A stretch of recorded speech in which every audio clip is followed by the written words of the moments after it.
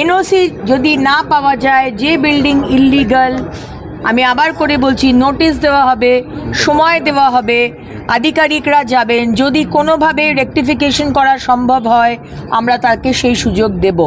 কিন্তু এই রকম বাড়ির মতো যেখানে সিঁড়িটা এত সরু যে দুটো লোকও দাঁড়াতে পারছে না, এবং যে অ্যাক্সিডেন্টের জন্য আজকে এই মালিক দায়ী, এই লোকগুলো মরলো এই মালিকের জন্য, সুতরাং এই বাড়ি তো আমরা রাখতে পারবো না। দিদি, শহরে এমন অনেক বহুতল আছে যেগুলো নির্মীয়মান, সেগুলোকেও যথাযথ নিয়ম মেনে হয়নি। ডিপার্টমেন্টকে বলেছি সমস্ত এই ধরনের মিউনিসিপ্যালিটি যেখানে যেখানে ইলিগাল বাড়ি রয়েছে, আমাদের মেয়র সাহেবরা চিঠি দিয়ে উত্তর দিন, আমরা চিঠি পাঠাচ্ছি কতগুলো এরকম ইলিগাল বাড়ি রয়েছে এবং সেই বাড়িগুলো কেন বানানো হয়েছে এবং সেই বাড়িগুলো স্টপ করার জন্য আপনারা কি করেছেন তার লিখিত তারা মেয়রের কাছে জানতে চেয়েছেন, মেয়রের কাছে জানতে চেয়েছেন, সমস্ত মেয়রের কাছেই আমরা পাঠাবো।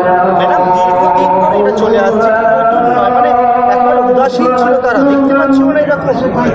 না, উদাসীনটা আসলে যখন টাকা চলে আসে তখন উদাসীন হয়ে যায়। এয়ার ইনফ্রাস্ট্রাকচারের উদ্যোগে অহনা অ্যাপার্টমেন্ট বারাসাতের হৃদয়পুরে নৃপেন ঘোষ সরণিতে তৈরি হচ্ছে নতুন আবাসন প্রকল্প।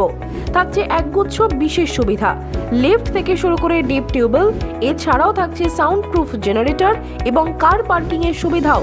এখানে 2 এবং 3 BHK ফ্ল্যাট রয়েছে, এছাড়াও থাকছে আরও একগুচ্ছ বিশেষ সুবিধা। বিস্তারিত জানতে ফোন করুন স্ক্রিনে দেওয়া ফোন নম্বরে। সাধ্যের মধ্যে স্বাদ পূরণ।